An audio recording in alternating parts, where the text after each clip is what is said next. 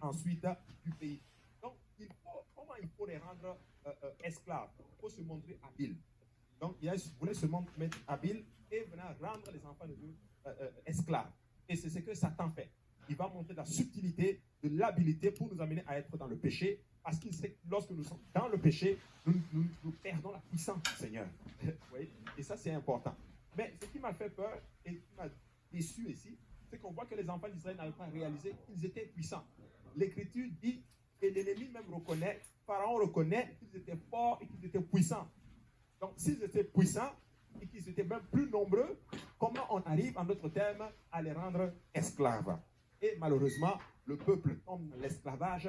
On les a mis, ils ont commencé à travailler, faire des travaux rudes, des travaux difficiles. Et c'était vraiment pas évident, en fait, pour que si tu lis Exode chapitre 1, 2, tu vas commencer à voir cela. Ouais. Et il n'était tellement pas content des enfants de Dieu que le roi a même demandé que tout enfant, alléluia, mâle soit tué. On le voit à partir du verset 15. Le roi d'Égypte parla aux sages-femmes des Hébreux, nommées l'une Shipra et l'autre Pua. Il leur dit, quand vous accoucherez les femmes des Hébreux et que vous ne les verrez et que vous les verrez sur les sièges, si c'est un garçon, faites-le mourir. Si c'est une fille, laissez-la vivre. Mais les sages-femmes craignirent Dieu et ne firent point ce que leur avait dit le roi d'Égypte.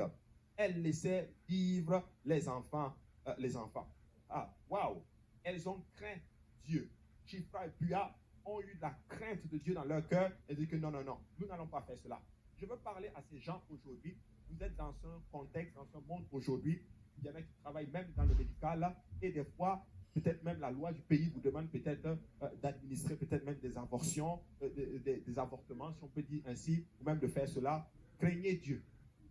Craignez Dieu. Alléluia. Et ne faites pas, alléluia, ne donnez pas la mort. Alléluia. Craignez Dieu. Alléluia. Vous savez, quand on dit de respecter l'autorité en place, c'est tant et aussi longtemps, alléluia, que c'est en accord, alléluia, avec Dieu. Alléluia. Donc, elles ont craint Dieu et je bénis Dieu, nous avons des gens comme cela. Alléluia. Et le roi d'Égypte maintenant appelle les sages-femmes et leur dit, pourquoi vous avez laissé les enfants vivre? Et les sages-femmes disent non, c'est parce qu'elles sont, comment? Alléluia, c'est parce que les enfants des Égyptiens, les femmes égyptiennes elles accouchent très vite. Elles accouchent très vite. Est-ce que c'est un mensonge? Oui, alléluia, c'est un mensonge. Mais pourquoi Dieu ne les a pas? La Bible dit que Dieu les a bénis. Dieu a fait prospérer leur maison. Et certains disent que non, souvent il y a des mensonges blancs. Alléluia, il y a des mensonges que Dieu ne tient pas compte. Ce n'est pas vrai du tout, ça reste un mensonge. Alléluia. Le problème, le point qu'il faut comprendre, c'est que Shipra et Pua, dans le moment où elles posaient cette action-là, elles étaient encore probablement, elles n'avaient pas toute la loi de Dieu. Elles ne comprenaient pas totalement Dieu. C'est un peu comme Rahab. Rahab a menti pour protéger les espions. Mais quand elle faisait cela, elle était encore pécheresse. Et Dieu n'a pas tenu compte de cela. Vous savez, Dieu est indulgent. Mais pour vous qui connaissez la vérité, nous devons nous exhorter, nous devons toujours dire la vérité. Alléluia. Donc ça, c'est très important de comprendre cela. Il ne faut pas prendre ce passage-là et commencer à dire qu'il y a des mensonges blancs. Alléluia. Non, il n'y a pas de mensonge blanc. Un mensonge reste un mensonge et un enfant de Dieu qui connaît la volonté de Dieu doit dire la vérité. Alléluia. Et Dieu a béni cela parce que Shipra et Pua, probablement, elles ont fait avec toute la conscience et la vérité qu'elles savaient à l'époque. Elles se sont dit, bon, on le fait.